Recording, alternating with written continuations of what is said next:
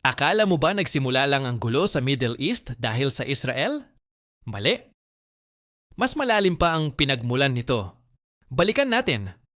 Noong unang panahon, ang Middle East ay isa sa pinakaimportanteng lugar sa mundo. Dito matatagpuan ang Mesopotamia, ang tinatawag na Cradle of Civilization.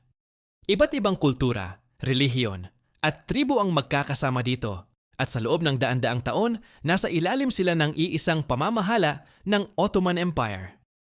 Tahimik? Hindi rin. Pero mas stable kumpara ngayon. Pero lahat nagbago matapos ang World War I.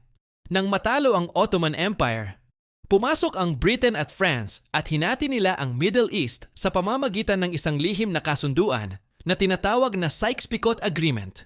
Isipin mo to, gumuhit lang sila ng borders sa mapa. Kahit magkakaaway o magkakaibang tribo ang mga taong nakatira doon. Resulta, pinaghalo ang hindi dapat magkasama at pinaghiwalay ang dapat magkakasama. Dito nagsimula ang malalim na hidwaan, relihiyon, kultura at kapangyarihan. Lahat nagbanggaan. At yan pa lang ang simula ng matindi at walang katapusan kaguluhan sa gitnang silangan.